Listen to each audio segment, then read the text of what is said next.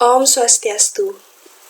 Baik, pada kesempatan kali ini, kelompok kami akan mempresentasikan paper dengan judul Perhitungan Link Budget pada Komunikasi GSM di Daerah Urban Cluster, Central Business District atau CBD, Residence, dan Perkantoran, yang ditulis oleh Ratih Hikmah Puspita, Haniah Mahmudah, STMT, serta Ari Wijayanti.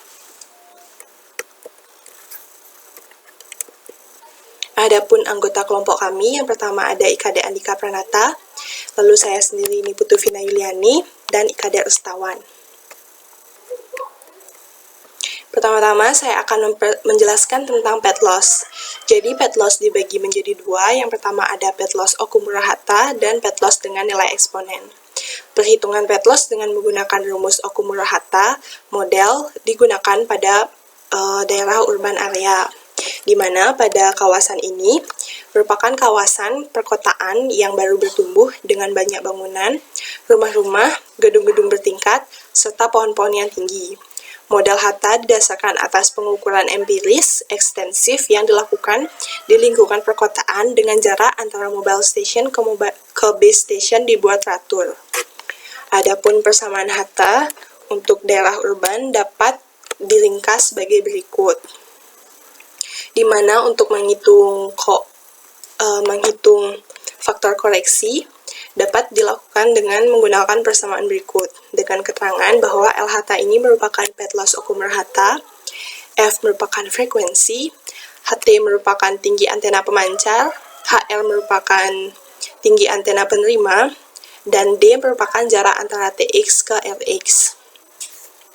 Selanjutnya yaitu pet loss dengan nilai eksponen, di mana pet loss dengan nilai eksponen ini merupakan nilai pet loss yang disertai dengan nilai pet loss eksponen atau N. Nilai N ini berbeda-beda sesuai dengan kondisi lingkungan.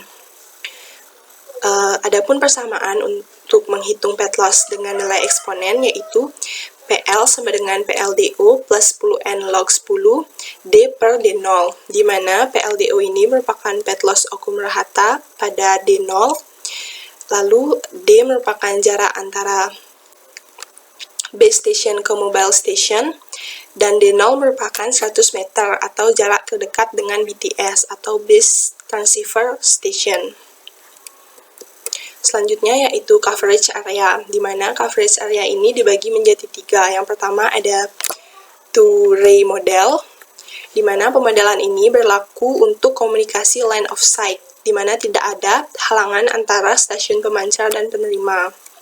Pemodelan ini mengasumsikan dua sinar, yaitu satu sinar jalur langsung dan satu sinar pantul yang dominan, yang biasanya dipantulkan dari tanah. Dengan menjumlahkan pengaruh dari masing-masing sinar, maka daya terima PR atau PR dapat dihitung berdasarkan persamaan berikut. Nah, besarnya koefisien refleksi tergantung pada besar sudut datang atau alfa, yang dapat dihitung menggunakan persamaan berikut ini. Dengan keterangan bahwa HT merupakan ketinggian antena pemancar, HL merupakan ketinggian antena penerima, D merupakan jarak antara antena pemancar dan penerima, PT merupakan daya pancar, PL merupakan daya terima, lambda merupakan panjang gelombang, R1 merupakan pancaran langsung dari TX ke LX, R2 merupakan jarak pancaran dari TX ke titik pantul pada tanah, tau merupakan koefisien refleksi yang tergantung dari sudut datang, alfa merupakan sudut datang, dan K merupakan koefisien dengan besaran 2V per lambda. Selanjutnya ada regresi linier, di mana regresi linier sederhana didasarkan pada hubungan fungsional atau kausal satu variabel independen dengan satu variabel dependen. Persamaan umum dari regresi linier sederhana yaitu Y sama dengan A plus BX, di mana untuk mencari A dapat dilakukan dengan persamaan berikut ini, dan untuk mencari B dapat dilakukan dengan persamaan berikut ini, dengan keterangan bahwa Y merupakan variabel dependen yang diprediksikan, A merupakan konstanta, B merupakan koefisien regresi X terhadap Y, dan X merupakan variabel independen yang mempunyai nilai tertentu. Yang terakhir yaitu free space loss, di mana free space loss dapat dihitung dengan 32,45 ditambah 20 log F atau frekuensi ditambah 20 log D atau jarak antara TX ke LX. Lalu parameter lain yang dihitung yaitu yang pertama ada EIRP, di mana dapat dihitung dengan menjumlahkan daya pancar dengan gain pancar lalu dikurangi dengan body loss. Lalu selanjutnya yaitu ada panjang saluran pemancar yang dapat dihitung dengan menjumlahkan HT dikali dengan 1,5, di mana HT ini merupakan tinggi antena pemancar dan 1,5 ini merupakan panjang saluran pencatu. Selanjutnya ada fade margin, di mana fade margin ini dapat dihitung dengan menjumlahkan daya terima dengan gain terima lalu dijumlahkan dengan gain pancar dan dikurangi dengan level daya terima minimum. Selanjutnya ada Fresnel zone, di mana Fresnel zone ini dapat dihitung dengan mengalihkan 0,6 dikali 17,32 lalu dikalikan dengan akar D per 4F, di mana D ini merupakan jarak TX ke LX dan F merupakan frekuensi. Selanjutnya yaitu menghitung thermal noise yang dapat dihitung dengan persamaan KTB, di mana K merupakan konstanta Boltzmann, T merupakan temperatur absolut, dan B merupakan bandwidth. Yang terakhir yaitu ada multipath padding probability yang dihitung dengan mengalihkan 1,4 kali 10 pangkat min 8 dengan frekuensi, lalu dikalikan dengan bandwidth, dikalikan dengan jarak antara TX ke LX, dan dikalikan dengan path loss eksponen. Besarnya 1,4 dikali 10 pangkat min 8 ini merupakan konstanta. Baik, selanjutnya akan dilanjutkan oleh teman saya, Rustawan. Baik, di sini saya Rustawan akan menjelaskan bagian metodologi dari paper 1, di mana setelah diperolehnya data berdasarkan hasil pengukuran secara lab test. Setelah diperolehnya data tersebut, maka dibuatkan sebuah program untuk menghitung link budget untuk masing-masing cluster area, di mana daya terima hasil pengukuran dimasukkan dalam database, di mana software database server yang digunakan adalah MySQL. Visualisasi perhitungan link budget dibuat menggunakan program PHP, di mana program tersebut dapat dilihat melalui flowchart di PPT ini, di mana flowchart dimulai dari start. Di sini langsung terdapat pilihan atau logika dan proses pemilihan generasi, provider, dan koneksi. Jika tidak, maka akan lanjut ke awal atau start, dan jika iya, maka akan lanjut ke pemilihan cluster area. Sama jika tidak akan mengulang dari atas, dan selanjutnya jika iya akan lanjut ke proses repeated process, yaitu CBD atau residences atau pertokoan. Nah, dari repeated process ini akan dilanjutkan ke proses selanjutnya, yaitu di samping ini, yaitu memasukkan parameter input berupa jarak dari transmitter ke receiver, terus tinggi BTS dan frekuensinya. Dilanjutkan mengambil power receipt dari database. Selanjutnya dilakukan proses perhitungan, di mana perhitungan ini dimulai dari perhitungan power transmit, gain receive, gain transmit, path loss menggunakan umur rata, dan path loss dengan nilai eksponen, free space loss, fade margin, link margin, dan multiple padding probability dan Fresnel zone. Setelah proses perhitungan tersebut akan didapatkan output berupa hasil perhitungan dari link budget. Setelah hal tersebut didapat, maka program akan selesai.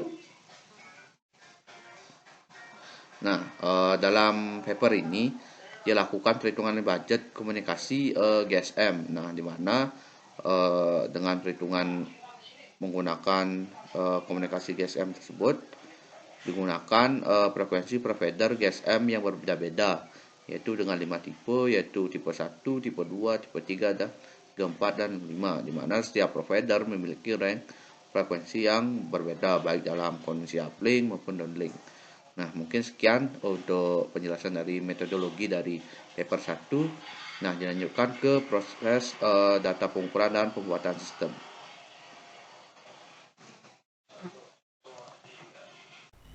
Baik, terima kasih atas waktunya. Jadi di sini saya Eka Aneka Pranata dengan NIM 19055410006 akan melanjutkan presentasi. Jadi materi selanjutnya yaitu data pengukuran.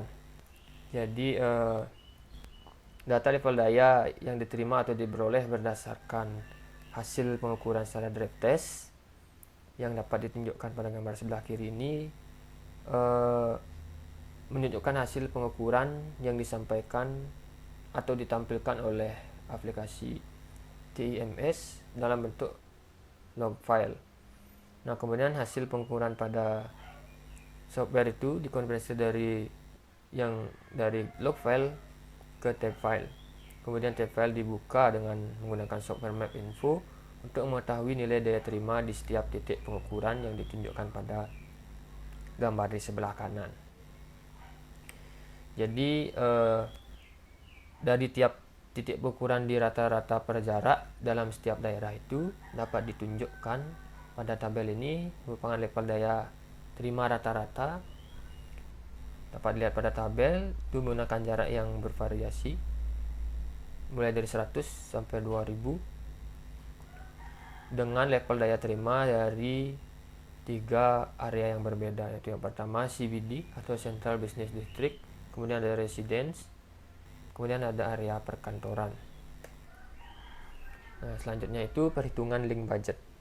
Jadi pada perhitungan link budget ini adapun parameter yang diasumsikan yaitu ada 3. Ini yang pertama gain pemancar dengan nilai 17 dB, kemudian gain penerima itu 0 dB, kemudian body loss-nya itu 3 dB. Nah, selanjutnya itu adapun memilih parameter pilihan. Jadi dalam perhitungan link budget ini hal pertama yang dilakukan adalah memilih parameter pilihan. Misal user memilih parameter seperti gambar yang ditunjukkan pada slide, itu dengan cluster areanya residence, frekuensinya 1870 sampai 1880 MHz dengan input 1875, jarak antara pemancaran penerima itu 200 meter, tinggi BTS 40 meter dengan daya pancar 55 dBm. Nah, kemudian apabila setelah mengisi parameter pilihan, kemudian diklik untuk menghitung pada tombol hitung, itu akan ditampilkan parameter input dan parameter outputnya. Jadi pada parameter input merupakan parameter yang telah diinputkan seperti cluster area, pet loss exponent, range frekuensi, bandwidth frekuensi, jarak pemancaran penerima, tinggi BTS dan tinggi EMS.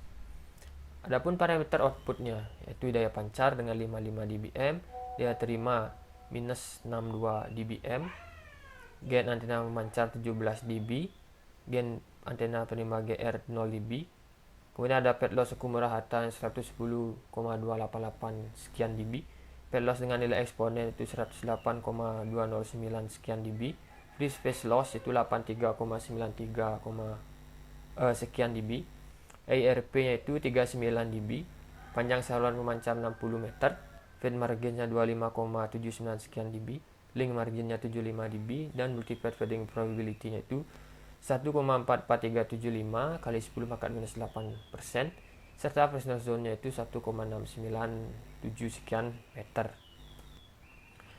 Nah, selain menunjukkan atau menampilkan input dari parameter dan outputnya,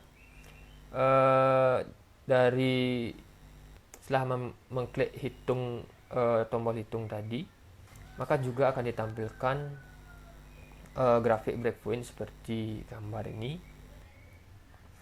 Jadi pada gambar atau grafik breakpoint ini itu menginformasikan seberapa jauh coverage area dari cluster residence dengan panjang antena itu 40 meter. Dapat lihat dengan sumbu X sama dengan 2617 dan berapa daya minimum yang dapat diterima oleh user, sumbu Y dengan minus 107,3.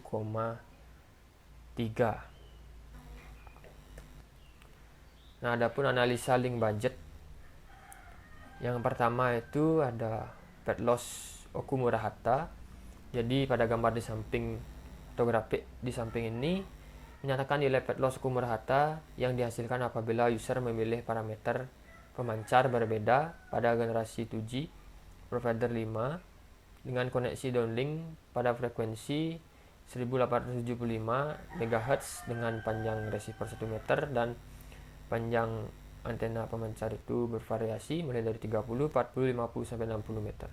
Jadi dapat dilihat pada grafik yang menggunakan frekuensi yang sama itu semakin jauh jarak antara TX dan RX-nya itu maka pet loss-nya semakin besar.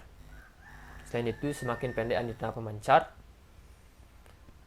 maka pet loss-nya semakin besar karena penghalang dan pantulannya semakin banyak. Dapat dilihat pada grafik. Kemudian ada pet loss dengan nilai eksponen.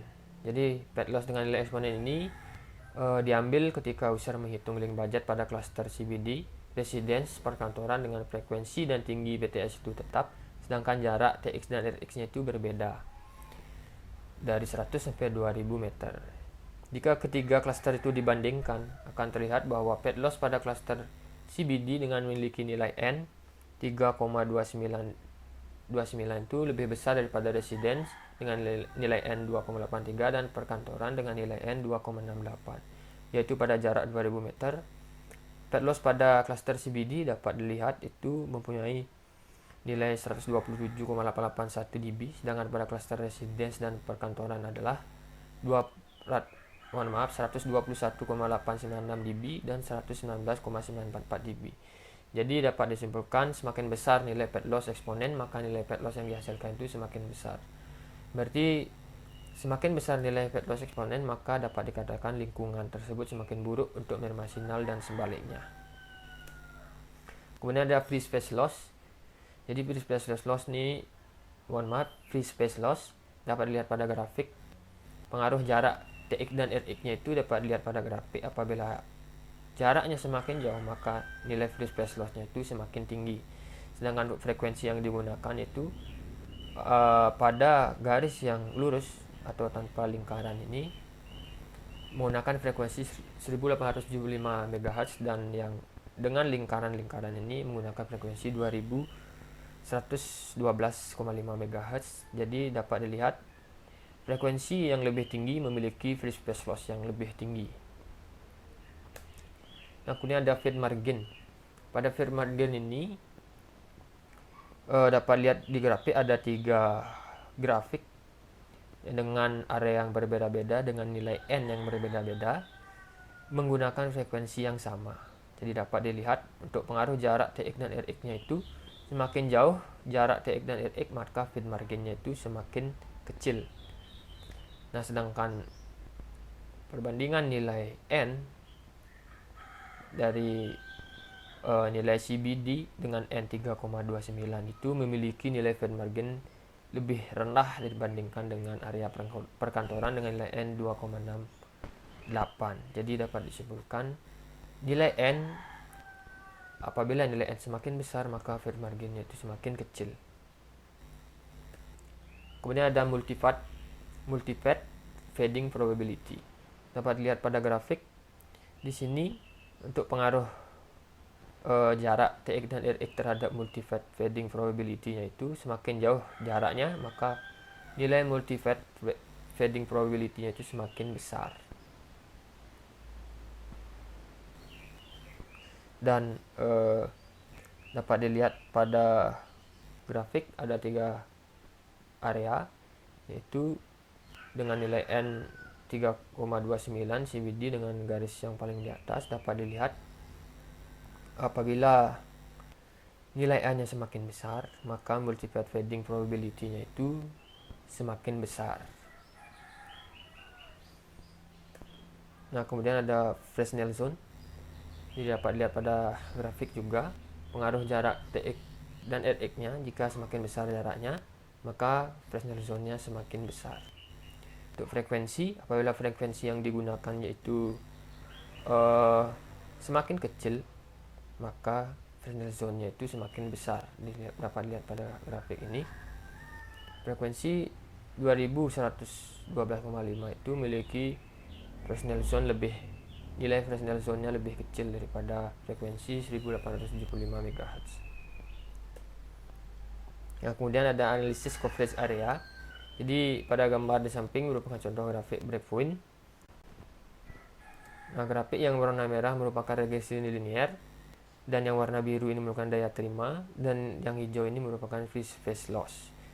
Jadi ketiga grafik ini memotong di satu titik yang disebut dengan titik breakpoint pada jarak 2016 meter dan daya terima itu minus 104,3 dBm. Nah, dari tabel diketahui bahwa semakin tinggi BTS maka coverage areanya semakin jauh dan daya terima minimumnya semakin kecil. Jika ketiga cluster dibandingkan, dapat diketahui bahwa coverage area paling jauh adalah cluster residence, yaitu mencapai 3012 meter dengan daya terima itu minus 111,8 dBm, dan paling dekat adalah cluster CBD itu dengan mencapai 2294 meter dengan PR-nya minus 108,4 dBm. Sementara perkantoran coverage areanya itu di antara resident dan CBD yaitu mencapai 2384 dengan PR minus 107,7 dBm.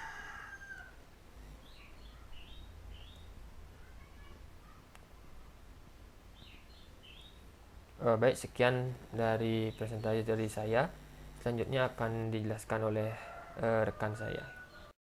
Baik, dari penjelasan di atas maka dapat disimpulkan bahwa yang pertama yaitu saat tinggi BTS atau Base Transceiver Station mencapai 30 meter pada jarak 100 meter, maka nilai pet loss Okumura-Hatanya adalah sebesar 85,077 dB. Dan saat jarak 2000 meter, nilai pet loss-nya mencapai 130,905 dB. Yang kedua yaitu saat jarak 2000 meter, tinggi BTS 60 meter, nilai pet loss Okumura-Hatanya adalah sebesar 126,152 dB. Dan lalu saat tinggi BTS 30 meter, maka nilai pet loss Okumura-Hatanya mencapai 130,905 dB. Yang ketiga yaitu pada jarak 2000 meter, saat frekuensi 2112,5 MHz, pet loss-nya mencapai 132,26 dB, sedangkan saat frekuensi 2148,5 MHz, pet loss-nya mencapai 132,45 dB. Baik, sekian pemaparan dari kelompok kami. Mohon maaf apabila terdapat kesalahan. Akhir kata, saya aturkan Parama Santi. Om Santi Santi Santi Om.